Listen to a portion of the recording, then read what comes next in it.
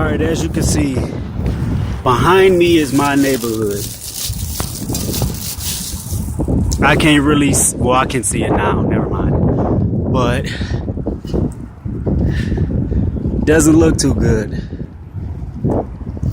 It looks like a ghost town.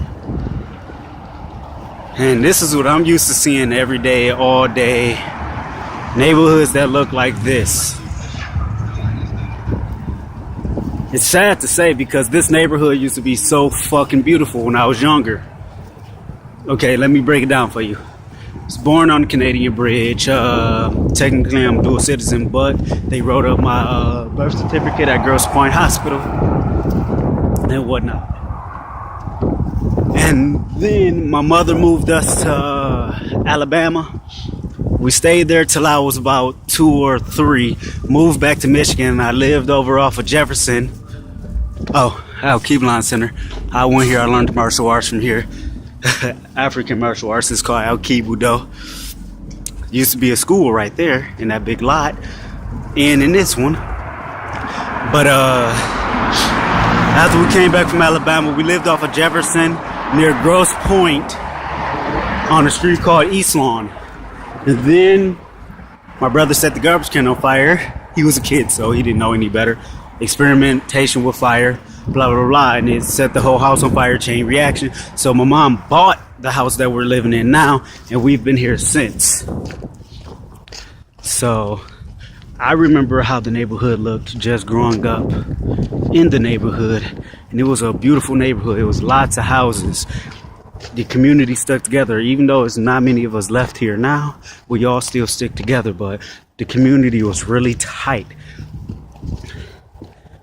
And we're like right here on the border of Hamtramck, the biggest area of Muslims in the whole United States. Like literally on the border of it. I could literally walk to Hamtramck. And I had a lot of Muslim friends growing up.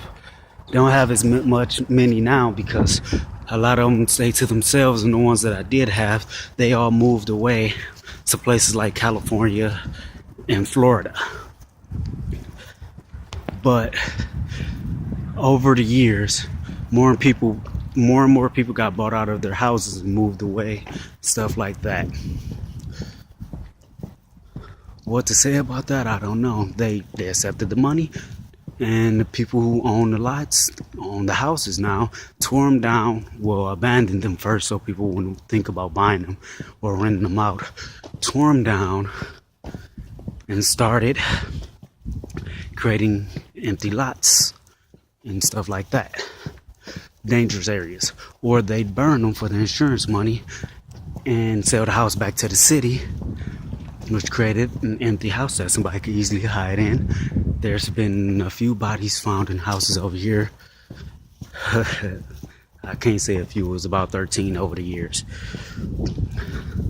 But stuff like that has been going on, and the city is a part of that, whether they admit to it or not.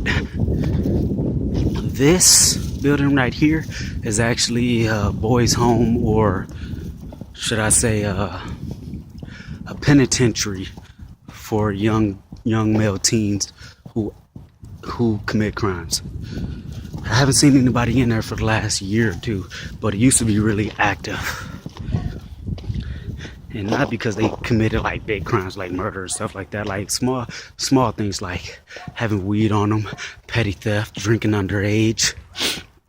And they send them here for about a year or 2 to get them straight.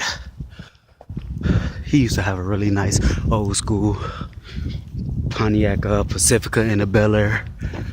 But as you can see, there's a lot of lots over here also, and a lot of other houses are just abandoned.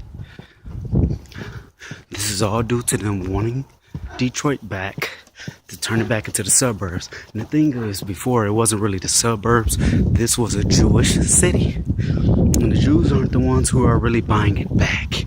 They found their homes in New York and places like that. Good places, I consider, for the most part. But they kill our neighborhoods.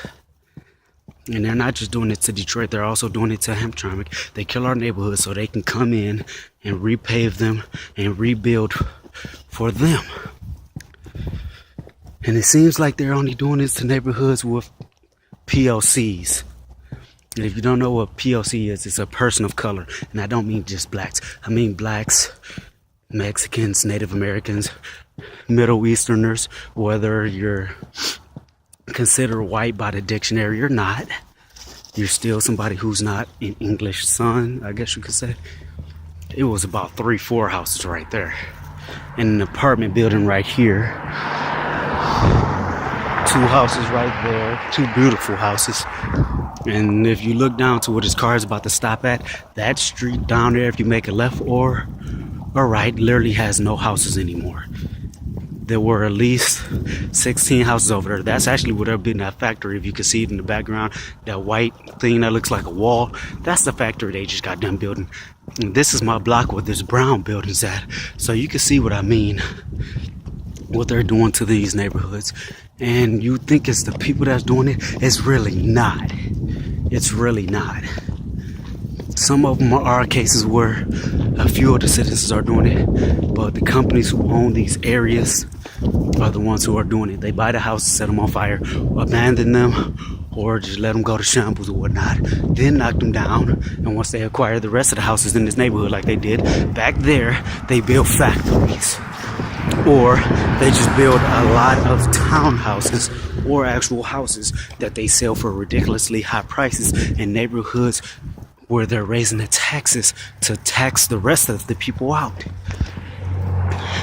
And even when this was a good neighborhood, property taxes were not that high, only due to the fact that people actually went to board meetings with the city to keep them low. It's not enough people over here to do that anymore. And it's not enough, well, it is, it's just not enough smart people to actually stand up for themselves in our neighborhoods. But this is DZ247 once again, signing out.